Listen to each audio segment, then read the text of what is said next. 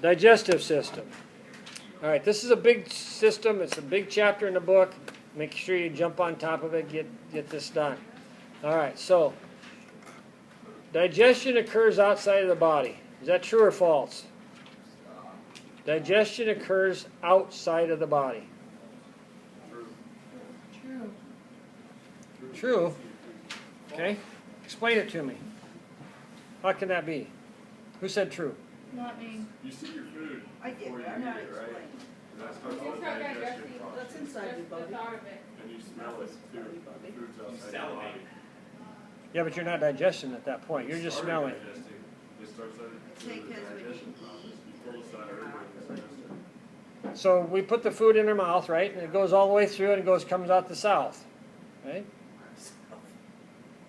So really the food never really goes into our tissues. It just stays in a tube from our mouth all the way through. So it's an external part of our body. If you run a wire down through there, it's going to run all the way through. The wire is not actually in the tissues, it's in that tube. So it's kind of a weird concept, but that's true. The food never actually goes into the tissues. It's separate by a tube. Just like the water in your house, when it runs through the tubes in your house, when you flush your toilet and it runs down, it doesn't run in the house, it runs in the tube, right? It's true. But the water's in the tube, not in the house. Semantics, right? Okay. What are we doing for time? Oh, we got lots of time. Food tube, the alimentary canal, is about 30 feet long. 30 feet long. From your mouth all the way through, it's 30 feet. Starts at the mouth, goes back here to the pharynx, the esophagus, goes down your chest to the stomach, out of your stomach, the small intestine, large intestine, sigmoid colon, out the anus, done. Pretty simple, right? We have accessory organs that go along with this. We have the teeth, they help break the food up. We have the tongue that pushes the food around in our mouth and also pushes it down the throat. We have the gallbladder. What's the gallbladder do? It filters something. Gallbladder produces bile, and it breaks up the fats.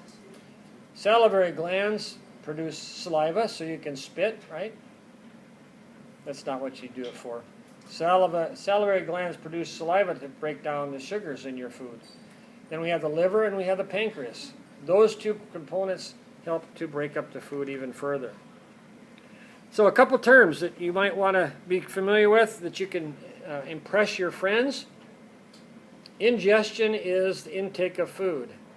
So if you're, say you're a waiter and you say, "Good afternoon, people. What would you like to ingest today?" They're going to look at you like you're sick, right? Then propulsion is the act of swallowing, the pushing of the food down the throat by the back of the tongue. Digestion is the breakdown of the foods into molecules. So when you eat that Twinkie, we can't use that Twinkie in our bodies. We have to break it down into the smallest molecules that we possibly can to get into the cells, and that's glucose. Fats, amino acids, those things can be used. We can't use those big Twinkie molecules. I don't care if you can swallow a Big Mac in 3 bites. You can't utilize that nutrition until you break it down into small molecules. Once we break it down, it goes through a process of absorption from the small intestine into the lacteals and into the bloodstream. We have to absorb that nutrients in small compartments. And then once we've gotten all the good out of the food, and all that's left is the fiber and undigested material, then we defecate. Right? So again, if you're a waiter and you know, they say, "Would you like to ingest?" and they get done, if you need to defecate, the toilet is back there.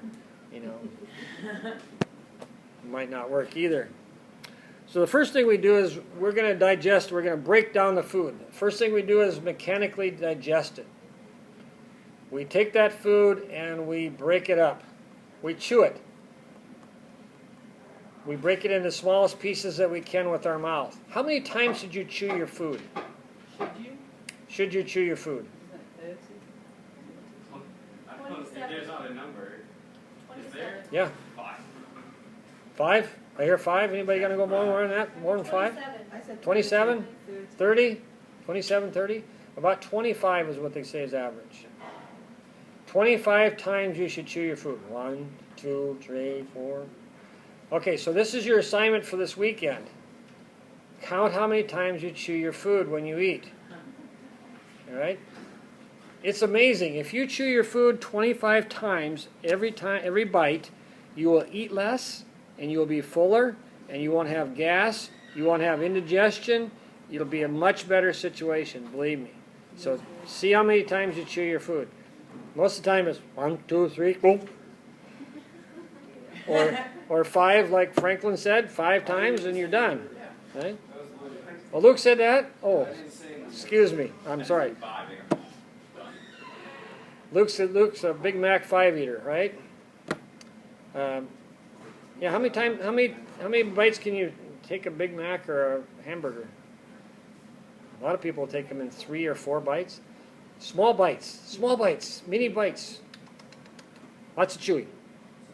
Chemical digestion starts in the mouth with saliva, then it goes into the stomach, and we break it down with acid. Goes into the small intestine. We secrete things from the pancreas and the liver by way of the gallbladder to break up the nutrients even further. Okay? So first of all is mechanical, second of all is chemical. We have to get it from those large particles to the very smallest molecules possible. So we break it down into the carbohydrates, the glucose, the lipids, the fatty acids, the amino acids, very tiny, tiny substances. Now another couple more terms. Motility is the muscular contraction that takes place after you break up the food. We have to keep the foods moving through the system. Once it goes from the back of the mouth, it's pushed down the esophagus, your food tube, by the tongue. It actually curls back, and that's the swallowing mechanism. Once it starts down that pipe, unless you throw it up, it's going to go all the way through. There's nowhere else for it to go. So gum doesn't actually get stuck in your... No. For 7 years? Nope. Mama told you wrong. Oh, Mama didn't say that. Somebody did. No, gum will go right through you. It doesn't stick in your gut. It's very hard to break up, but your body will break it up. Let's see, where were we? Secretion. We secrete hormones, digestive enzymes, hormones to help to break things down, and then we absorb the nutrients across the tissues. So this is a process of peristalsis, motility. So here's the mouth up here. Here's our mouth. All right, we've got a mouth right here. We eat this food, it goes down this way. The tongue pushes it down. This is what we call a bolus of food. A big ball of food. And we have these muscles here. We have some that go this way and some that go this way in the esophagus. The muscles that contract this way push it downward, and this one pushes it, kind of like a milking movement. If anybody's ever milked a cow, you start at the top and you squeeze down to the bottom. It pulls it through. And that's what's happening with the food. And eventually the food will end up down here in the stomach where it needs to be digested. There's really no digestion other than a residual amylase being digested in the esophagus. It's pretty much all done then in the stomach, and then in the small intestine is the next step. More peristalsis. It's movement, contraction, move, contract, move, squeeze, pull of that food. Okay, so the mouth. This is something that people hardly ever look at, right? Do you know all the parts of the mouth? What's that little thing here underneath your tongue called? The frenulum. Somebody's reading the chart. That's good. the frenulum here makes a difference in how good of a kisser you are, right? If you have a really tight frenulum and you can't stick your tongue out very far, you're not a very good French kisser. If your frenulum is long, if you can stick your tongue out further, you might be very popular. Okay, but that's the difference. Also, underneath here we have little things. We have these are. Well, let's get a better arrow than that. Right there, those are our saliva ducts. Have you ever been eating? You know, you're on a date, right? And you're at Applebee's and you're eating and you're laughing and talking, and all of a sudden, squirt! Stuff comes out of your mouth. You ever done that? What's that? Gleek. Gleek? Is it? Call it gleeking. Gleeking? Yeah, Okay. like this. Gleeking? Gleeking. You're talented, man. I got you. All right.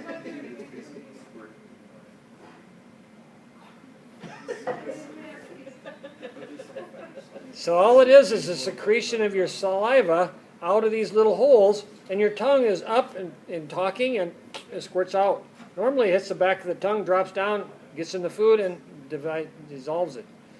Okay, so up here we have a frenulum here, and we have a frenulum down here. Those are the two things. Here's your upper lip, your lower lip, teeth. How many teeth do we have? How many? 32, right? 16 on top, 16 on the bottom. You pull the wisdom teeth out, you're no longer smart, but you still have less teeth. No, that's not true. This little thing back here is called the uvula, the little punching bag. What's that for? Part of it's the gag reflex. It also helps with speech. It also helps with movement of the foods as it goes down the throat. So it's really important. You don't want to snip that off. I heard, oh, I'll just cut that off. No, you don't do that stuff. My mom pierced it. Pierce it? What? I know somebody's pierced it. That would be tough to pierce. Yeah, in the back. I don't know what that would get you. Kelsey, look at my tongue. That's what you have to do to show somebody. Some people get their tongue pierced, right? Has anybody got a pierced tongue? I got it pierced and then it blew up and it just didn't go also. That's Yeah. the only earring hole that never broke shut. I have had one in probably 10 years. Don't get your tongue pierced. That's my advice. Do not get it done. I don't know what the draw is. It's some sexual thing. Just don't do it. You can get infection in the brain and the heart. It's just a mess. Don't do it. And it destroys your teeth too. It destroys the back of your teeth. So don't do that. Tonsils here in the back. These are the tonsils that they have removed. And also we have the adenoids in the middle also. So those are some areas of the... My dad had his tongue pierced, and one day he said he went out and got really drunk and was eating in a bar, like turned sideways, so that like the insides of his teeth are all like effed Yep. up and like broken and stuff. Oh, yeah. It's really easy to... It just damages the enamel on the teeth. Not good. Sit around for 3 days putting salt on your tongue. Okay, so the mouth has the cheeks. It's comprised of the buccinator muscles, and it keeps the food between the teeth. We have these muscles here in our cheeks that push them in, and the tongue pushes it out so that we have the food where it's supposed to be. Sometimes the tongue gets in the way, and you give her a good chomp, right? Or the cheek, that's not fun, right?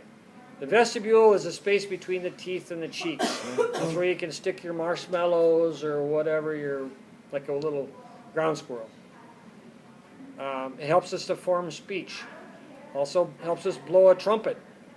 So those muscles on the outside of your cheek are called the trumpeter muscles, the buccinator. The lips. Now, some people have much more luxurious lips. They have fat put in their lips, but they are comprised of the bicularis oris muscle, which is a circular muscle, the whistling or kissing muscle. It helps you to pucker your teeth, and the labial frenulum holds the lips to the gums. This little thing here underneath your lip, there's a little piece of skin, helps to hold it down. Now some people don't have much of that, and their gums go up, and you can see their gums and their teeth all when they talk. Right? So the red margin that you put your lipstick on, guys, that's called the vermilion. Oh, that's a bad joke, right? Guys usually don't, most people don't wear lipstick anymore. Tongue. One more minute and I got the tongue to talk about. Tongue is very sensitive. Skeletal muscle, very strong muscle. Some people say it's the strongest muscle of the body because you use it so much. It has a papillae or taste buds all over it.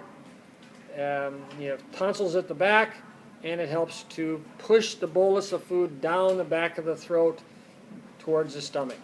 So the tongue is very important. It helps us to speak. Try to speak without your tongue. There's a big difference, like you say. Right? Now, years ago, they used to cut the tongue out. If someone had a secret and you didn't want them to tell what it was, since back in those days they couldn't write anyway, they just cut their tongue out and they couldn't divulge that secret. Why cat's got your tongue? Where does that come from? Cat's got your tongue. There's probably more to it. I don't know where that came from. Kristen. How is it some people have more of their tongue that really like down or bottom of their mouth? It sits down in the bottom of their mouth. Like it's like connected to the bottom. Like, Oh, that's the frenulum that doesn't let it come up. You can go get that clipped, and your tongue will be able to come out further. Then you'll be like what's his name in Kiss? Gene Simmons. Gene Simmons. Thank you. He has tongue can stick way out here. One last thing. Can anybody stick their tongue out and touch your ear? My nose. Touch my nose. You can do that all day long, right? All right. Have a good Friday.